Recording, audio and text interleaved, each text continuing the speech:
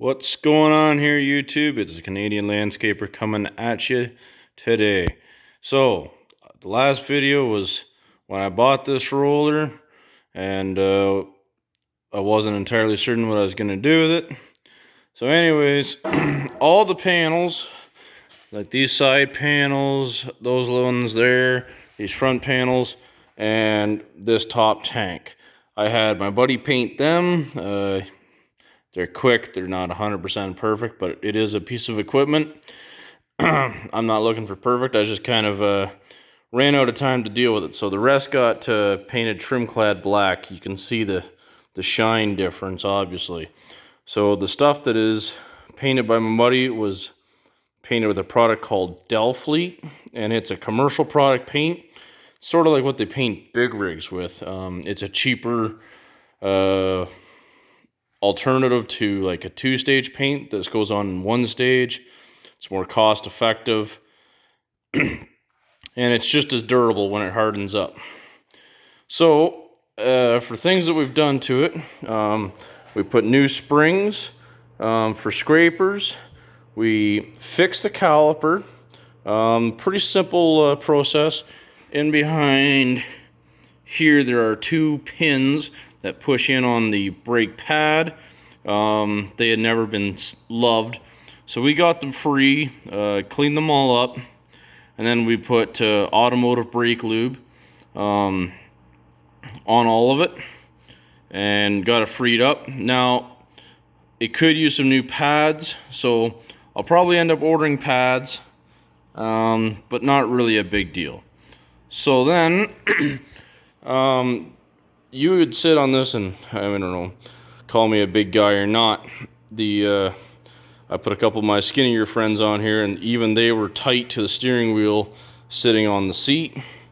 So we added this 4-inch block into here. We welded this up. It brought it out another 4 inches. It's actually done a couple things to help. It's improved the turning radius, along with getting more space in behind the steering wheel. I did split the gearbox because it was leaking.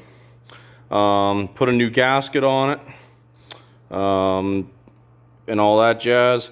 I put a new chain on it here, and I put a new chain for where it steers, so the old rusty chains are gone. The gearbox seems to be working fine.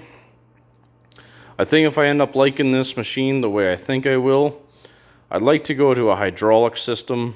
My last roller, although lighter, was a hydraulic system.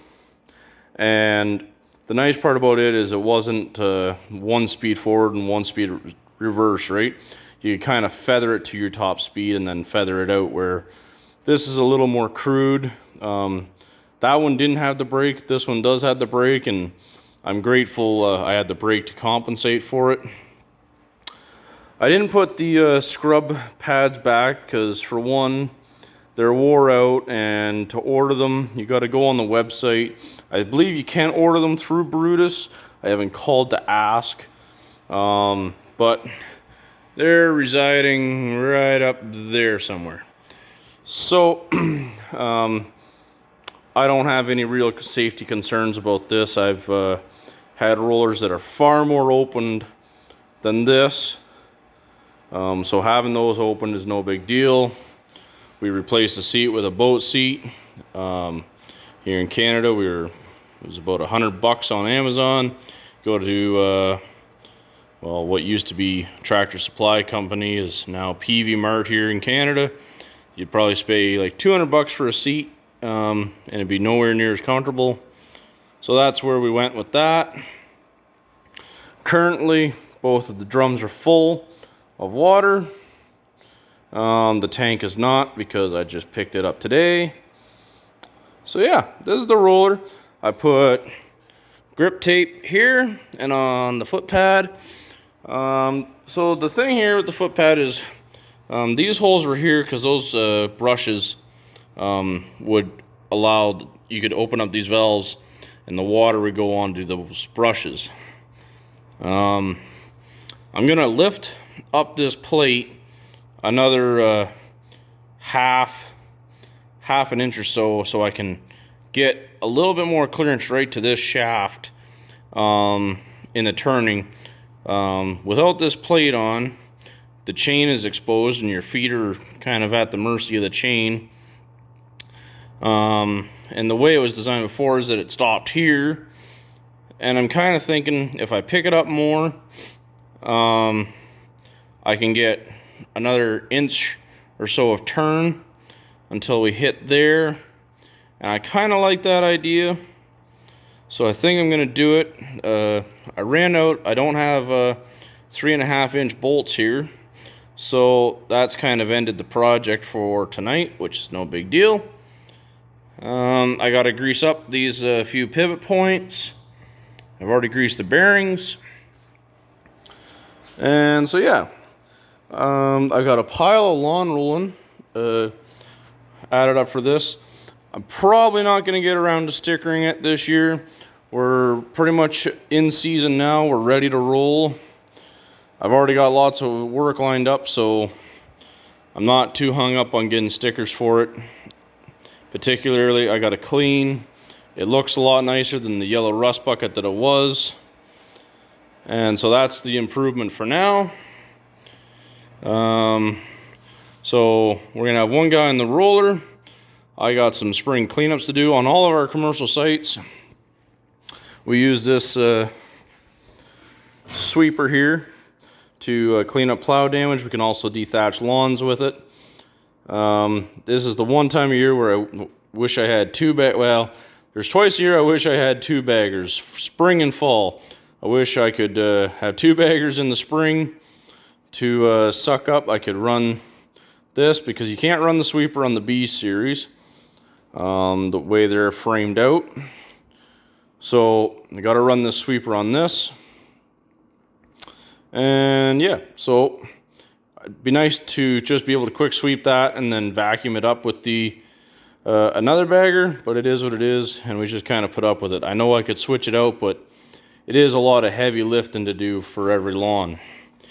I'd rather just kind of sweep it into a pile and rake up the mess. So we'll be sweeping, and we'll be rolling. We're going to be aerating. The aerating we're probably going to do a little closer to the end of the month. It's not really a big deal if we wait.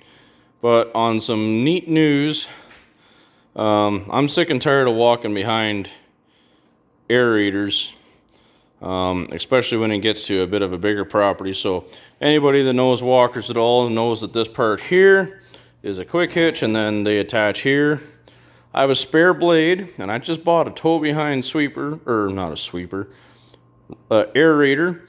And I'm going to cut apart that blade that's for snow that I've never used in 3 years that came with this sweeper when I bought it used. And I'm going to make a front mount aerator. If it works, then I'm going to be thrilled. And if it doesn't work, then I got it at such a price that I'm not going to be out a lot of money. And hopefully I can return it to a tow behind aerator without it looking like an abortional mess. So that's where we're at. The newer sweepers have a better spring system than the old one. At this point in the game, I don't care. The hydraulic, or it's not hydraulic, it's an electric actuator. It's getting weak. It's $900 to replace. And for as much as I use it, that's why I got this strap here. Just don't get the strap caught in the sweeper, because that sucks. But yeah, it works good. And so if I really need to get it into the air, I'll just use the strap to get it higher in the air. No big deal.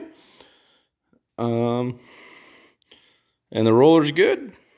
If it all works out and I like it, I'll do a few more modifications to it next year to make it even more user-friendly. But for now, I think it's a good roller. We got lots of work lined up for it. We're going to pay it off in the first year. It's well worth our investment because we don't have a lot into it. You know, this sweeper here, it's kind of been a constant pain in my neck. It's always caused me a degree of headaches, blown chains, and new brushes, and blah, blah, blah, blah, blah. But tomorrow morning, I'm going to start working on this aerator project. It's Easter Sunday around here, or it will be tomorrow, or in a couple hours.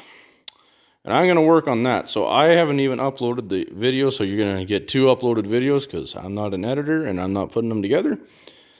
And this is going to be pretty cool, I think. So, you guys have a great one. This is the Canadian Landscaper signing off. And it's springtime. I'm thrilled. We're going to get at it here, guys, girls. Hope you all have a great season.